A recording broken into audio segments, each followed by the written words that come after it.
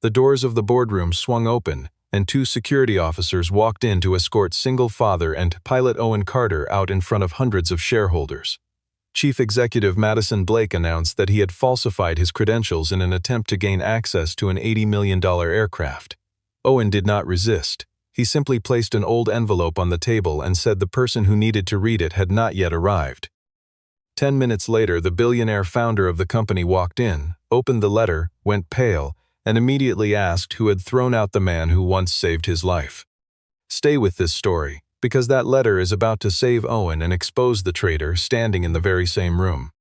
3 days before that boardroom meeting, Owen had been flying a small cargo run into Dallas, guiding a tired old freighter down through a hazy Texas evening with the same quiet patience he brought to every landing. He was not a man who spoke much about the years before this one, the years when his name had meant something different in rooms full of engineers and generals, and most of the people who watched him haul freight across the state assumed there was nothing more to him than the faded flight jacket he wore and the calm, unhurried way he moved around an aircraft. As he lined up on final approach, he heard something on the taxiway beside him that made him ease back on the throttle without quite knowing why. A brand new aircraft, sleek and white, was running engine tests on the adjacent runway, and for less than 2 seconds its right engine spooled down a fraction slower than its left. To anyone else, it would have been nothing, a stray gust, a trick of the wind against the fuselage, gone before it could be named. To Owen, who had spent a decade learning to read machines the way other men read faces, it sounded like a warning whispered under its breath, the kind of sound that lived for only an instant but never quite left the ear that caught it. After he taxied in and shut down, Owen asked one of the ground crew about the aircraft and learned it was the B-90 Horizon, the supersonic business jet that Blake Aeronautics had spent 6 years and untold millions building toward its public unveiling. He knew, in the way that pilots always know these things, that this was the most important aircraft the company had ever produced, and that it was scheduled to fly in front of investors in exactly 3 days. He asked to speak with someone from engineering, but the request went nowhere. To the men on the ramp, he was just a cargo pilot who had wandered too close to something that was not his business.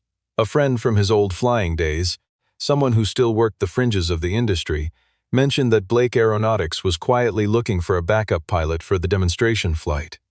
Owen submitted his name that same afternoon, not because he wanted the job, but because it was the only door that might let him get close enough to confirm what his ears had already told him. His application was flagged within the hour. A note in his file mentioned a suspension years earlier, and nothing more needed to be said for the recruiters to move on to the next name on the list. It was a strange thing, people would later say, that a pilot with a record like his was flying freight instead of test aircraft, and stranger still that he seemed to accept it without complaint, as if he had made peace with being underestimated a long time ago. That night, before falling asleep in a rented room near the airport, he called his daughter Mia and promised her he would be home soon. He told the babysitter that next month's school tuition was already set aside, then hung up the phone and lay in the dark, thinking about a sound that lasted less than 2 seconds and refused to leave his mind. Owen arrived at the Blake Aeronautics test facility 2 days later, listed on the visitor log as a candidate for the backup pilot position, and was met by Amelia Grant, the lead engineer on the B-90 program. She was polite in the practiced way of someone used to fielding strange requests, but she made it clear, without quite saying so, that she did not believe a cargo pilot could see something that the company's diagnostic systems had missed. Owen asked to review the thrust synchronization data between the two engines, and Amelia declined, explaining that the information was proprietary and not something shared with a candidate still under evaluation. He did not push. Instead, he stood at the edge of the hangar and watched the aircraft start its engines again, and this time he counted 3 separate things that troubled him.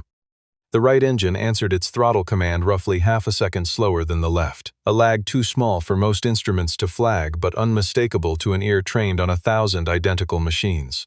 The onboard warning system recorded no discrepancy at all, which told Owen less about the engine and more about whoever had configured the system to ignore it, and bolted into the avionics bay, in plain sight if anyone cared to look, sat an auxiliary control panel that had clearly been swapped out recently, its serial number failing to match anything in the maintenance records posted nearby.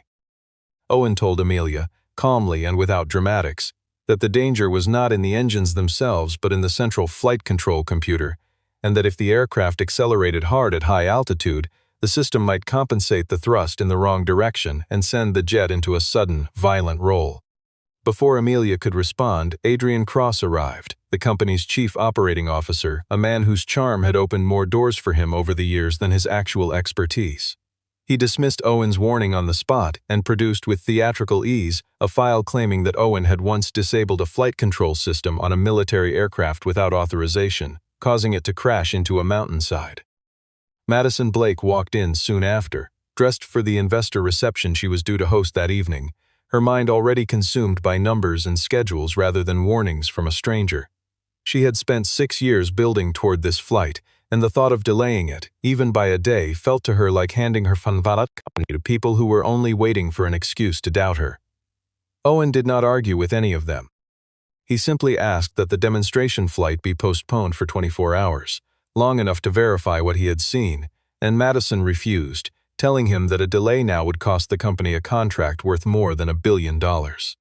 As the aircraft was towed back into its hangar for the night, Owen stood in the fading light and watched the doors close around it, certain now that someone inside that company had gone to considerable trouble to make sure the testing system could never catch what he had heard with his own ears. That evening, back in the small rented room near the airport, Owen unlocked a metal case he had not opened in 12 years, its hinges stiff from disuse. Inside lay a full flight map worn soft at the creases, a broken test pilot's badge, a photograph taken from a distance of an aircraft crumpled against a hillside, and a letter he had written long ago but never sent. 12 years earlier, Owen had flown a classified transport mission carrying a passenger whose identity was kept from him for reasons of security, a wealthy businessman whose name he learned only after everything had already gone wrong. When the flight control system failed mid-flight, Owen made the decision to override the automated systems entirely and put the aircraft down in a narrow valley rather than trust a computer that was steering them toward the side of a mountain. Every person aboard survived that landing, but an officer overseeing the program later rewrote the incident report to hide a software failure that would have embarrassed a defense contract, and Owen alone absorbed the blame for violating protocol. The passenger was flown out before Owen ever learned his full name, and between his injuries and the secrecy surrounding the mission, Jackson Blake himself had never learned the identity of the pilot who carried him to safety. Sitting alone with the old letter in his hands, Owen reread words he had written in a hospital bed years before, words that made no claim to heroism and asked for nothing in return, only that the man he had saved understand exactly what kind of software failure had nearly killed them both, and that the same flaw might return one day if that technology were ever sold into private hands. Now, staring at his notes from the hangar, Owen recognized the same signature failure buried inside the B-980, the same delay, the same blind spot in the warning system, dressed up in newer hardware but built from the same broken logic. He spent the rest of the night adding a second page to the letter, laying out the thrust discrepancy in the B-980, the mismatched serial number on the auxiliary panel, his suspicion that the demonstration flight had been quietly engineered into something far more dangerous than a routine test, and finally the name Jackson Blake, printed on a mission file that had waited 12 years to be read. By morning, Owen had made up his mind to carry both pages to the shareholder meeting, where word had spread that the company's reclusive founder was finally expected to appear in person. Madison, meanwhile, was fighting a battle that had nothing to do with engines and everything to do with her own name. The board had made it clear that if the B-980 did not fly on schedule, shareholders would vote to hand more authority to Adrian Cross before the year was out, and 6 years of her life would be reduced to a footnote in someone else's rise. She had built this program to prove that she deserved to run her father's company on her own merits, not because of the last name she carried, and every delay felt like evidence for the people who already doubted her.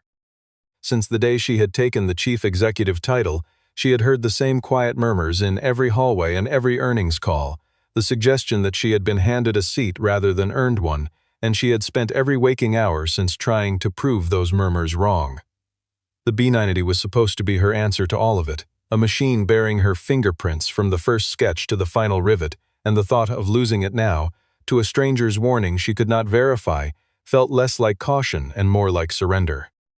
Adrian understood this fear well enough to use it, and he handed Madison a fabricated report claiming that Owen was flying on an expired license, that he had attempted to access restricted data, that he had made contact with a rival aviation firm, and that his file already contained one aviation disaster he had caused through reckless disregard for procedure. He recommended, with the calm certainty of a man who had rehearsed the line in advance, that Owen be banned from every company facility before he could cause further damage. Unbeknownst to either of them, Amelia had gone back to check Owen's claims against the raw sensor logs and found something that unsettled her more than she expected. A gap of nearly half a second appearing after every thrust increase, exactly where Owen said it would be, a gap the finished reports never showed.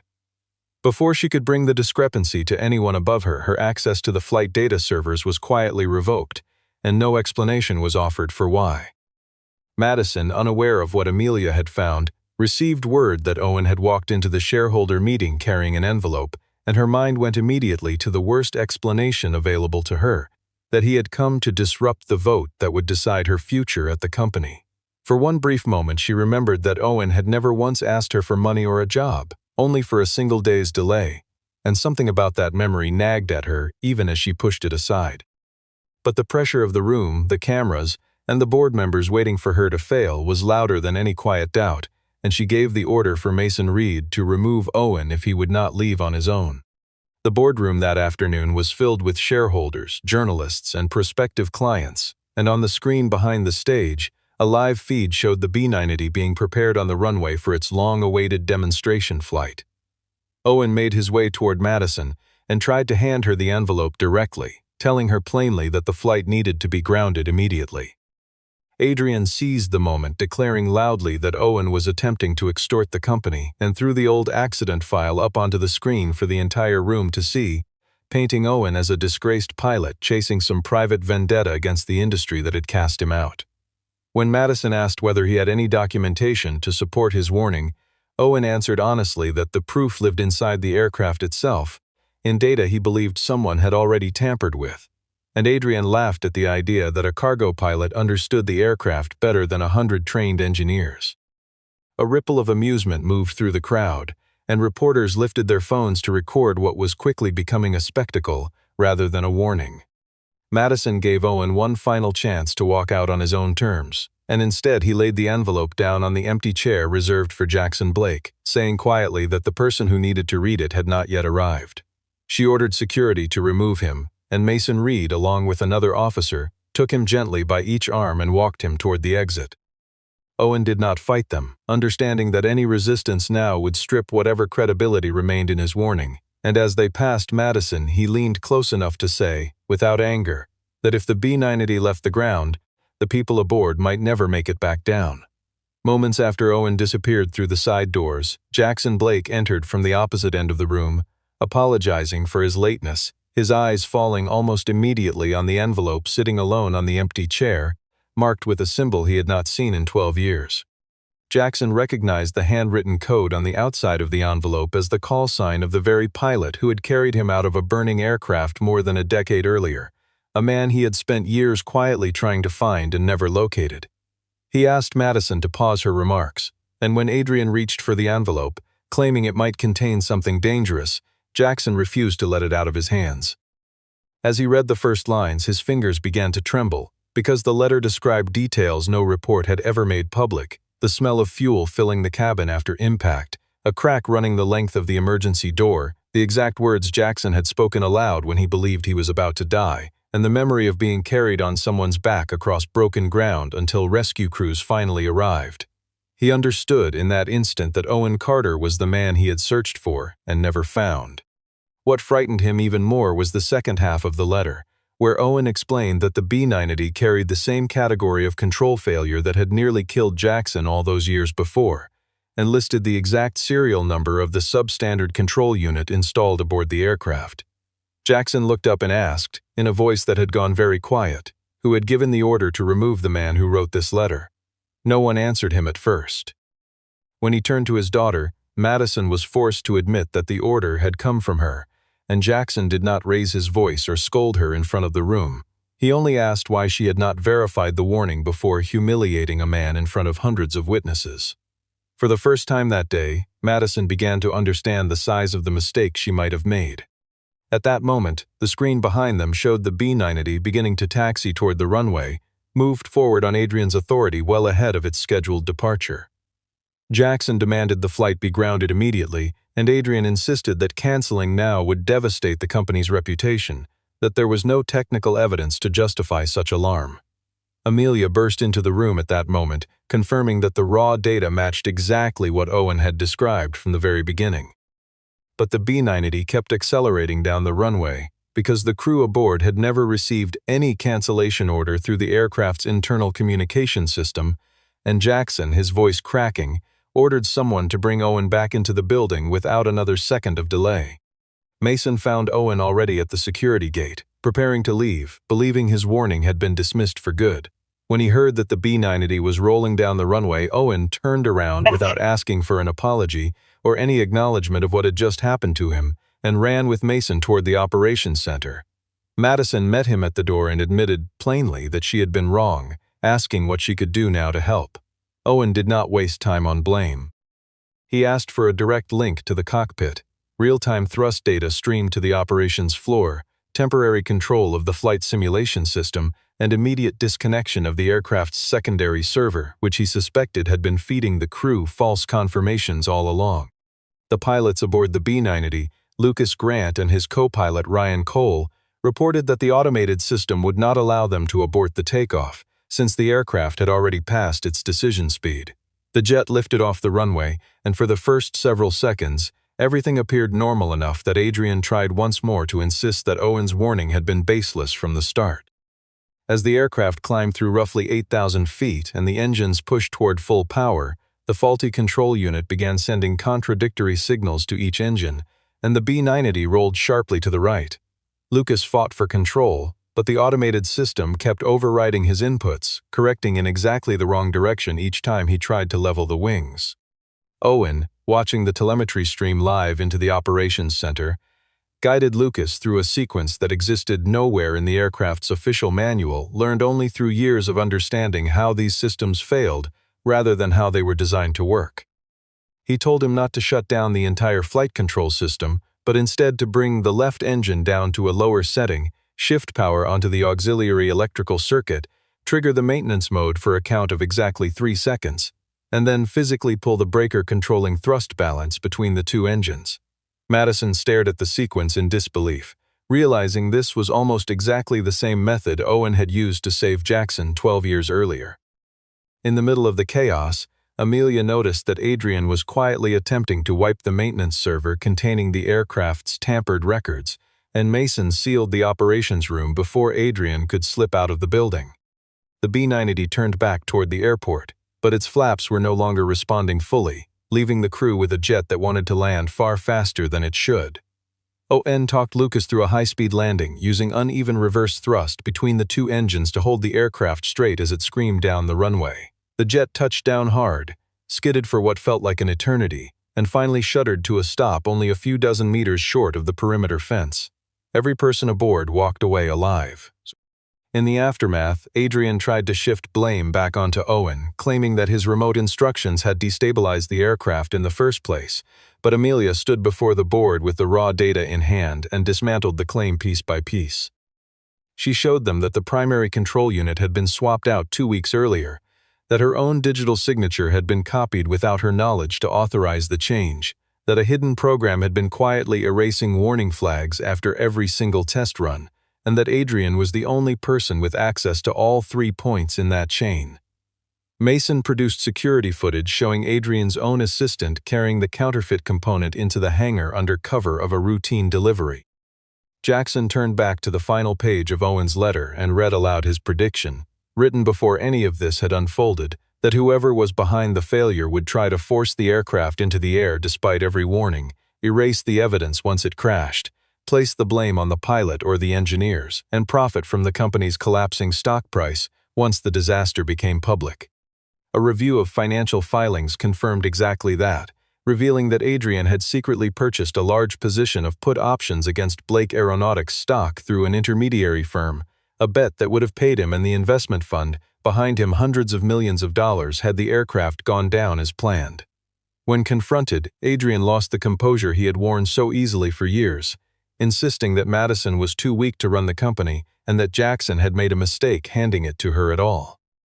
His own words revealed something deeper than greed, a belief that he had somehow earned the right to own what the Blake family had built.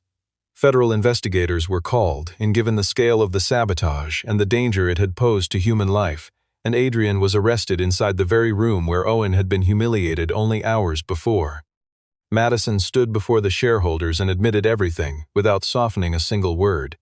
She told them she had trusted a report she never verified, that she had placed the company's image above a direct warning about safety, that she had allowed a man who saved everyone aboard that aircraft to be dragged out of a room in front of cameras, and that the responsibility for all of it belonged to her alone, not to the people who had simply followed her orders. She offered to step aside as chief executive while an independent investigation reviewed everything that had happened. Owen, unprompted, spoke up to say that her mistake had been serious, but that her willingness to claim it publicly rather than hide behind the men who had misled her told him she was nothing like Adrian Cross. In the days that followed, Jackson asked for Owen's old military file to be reopened, and between archived records and Jackson's own recollection, the full truth of the accident 12 years earlier finally came into the light. Owen had noticed the automated system feeding on corrupted data long before anyone else caught it, and when he raised the alarm, a superior officer had ordered him to hold course anyway, unwilling to jeopardize a classified test program over what still seemed like a minor anomaly. Owen defied that order because he understood the aircraft was heading directly toward a mountain ridge and took manual control to bring it down safely in a narrow valley instead. After the landing badly injured himself, he went back into the wreckage more than once to pull the remaining passengers to safety, then carried Jackson on his back across broken terrain, away from a fuel leak that could have ignited at any moment. The officer overseeing the program later altered the incident report to protect the defense contract from scandal, and Owen alone was left to carry the blame for breaking protocol that night. Owen accepted the silence that followed because he was bound by a security agreement, and because speaking out could have endangered the colleagues who were still serving. For years afterward, he told almost no one what had happened that night, not the men he flew freight with, not the women he occasionally dated, and then quietly drifted away from, not even his late wife until long after they were married, and even then only in fragments late at night, when the old ache in his shoulder from carrying Jackson across the rocks would not let him sleep. He had watched his career fold in on itself one small humiliation at a time, watched other men promoted past him by officers who had once called him reckless to his face, and he had absorbed every bit of it without complaint, because complaining would have meant explaining, and explaining would have meant breaking a promise he had made to people who were never in a position to release him from it. When Jackson finally asked why Owen had never come looking for him in all those years, Owen answered simply that saving a passenger was a pilot's duty, not a debt owed to him afterward, something to be repaid or collected on later. He explained that the only reason he had come forward now was that this flaw had resurfaced on a brand new aircraft, one that could kill far more people than it had the first time if nobody stopped it. Jackson offered him a substantial financial settlement, and Owen turned it down, saying he had no interest in money offered as gratitude for something he had only ever seen as his responsibility. What he asked for instead was simpler, and in some ways harder to give, that his old record finally be corrected, that other pilot been quietly blamed for similar cover-ups be cleared as well, and that Blake Aeronautics build a safety reporting system no single executive could ever override or erase again. Madison found Owen alone in the hangar not long after, and apologized without trying to excuse herself by pointing to the pressure she had been under or the lies Adrian had fed her. Owen told her honestly that he had not yet forgotten the way she treated him in that room, but that he respected the fact that she was facing the consequences instead of running from them. Whatever relationship began to form between them started there, in that careful, unhurried space of mutual respect, with no rush toward anything warmer than that. 3 months later, the investigation closed, and Owen was formally cleared of every accusation that had followed him for over a decade. His senior test pilot certification was fully restored, and the company overhauled its entire safety process from the ground up. Every warning raised by a pilot now had to be independently verified before it could be dismissed by anyone in leadership. No single executive retained the authority to delete testing data on their own. The engineering division gained the power to ground any flight without waiting for approval from the chief executive's office, and anyone who reported wrongdoing was guaranteed protection for both their identity and their job. Madison returned to her position as chief executive following a formal vote by the board. But she came back a different leader than the one who had ordered Owen's removal months earlier. Someone who now made a habit of listening directly to the engineers and pilots on the front lines rather than the polished reports handed up to her office. She offered Owen the newly created role of Director of Flight Safety and Chief Test Pilot, and he accepted on one condition: that his division operate independently and retain full authority to cancel any flight the moment it detected genuine risk. Madison agreed without trying to negotiate the terms down. When the B-90 returned to the air for its rescheduled test flight, Owen sat in the captain's seat, and Madison rode along as an observer rather than an executive giving orders.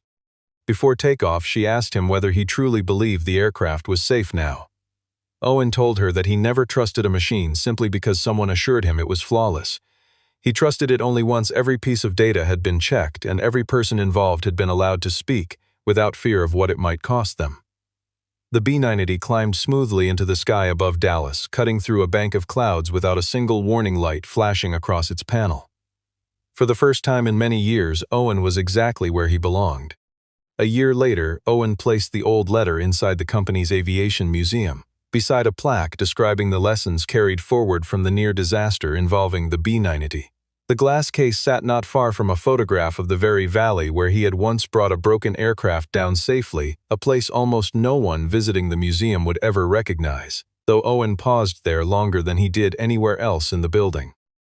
Mia appeared only briefly at the small ceremony, standing beside her father as his record was fully and publicly restored, and nothing more needed to be said about what that moment meant to either of them. She simply reached for his hand the way she had done as a small child, and he let her hold it. Jackson never called Owen a hero. He called him a pilot who had done his duty at the exact moment every system around him had failed to do theirs, and he said it plainly, without ceremony, the way he imagined Owen himself would have preferred. Madison stood beside Owen that day, no longer the woman who had once ordered him thrown out of a room, but a leader who had finally learned how to listen before she spoke.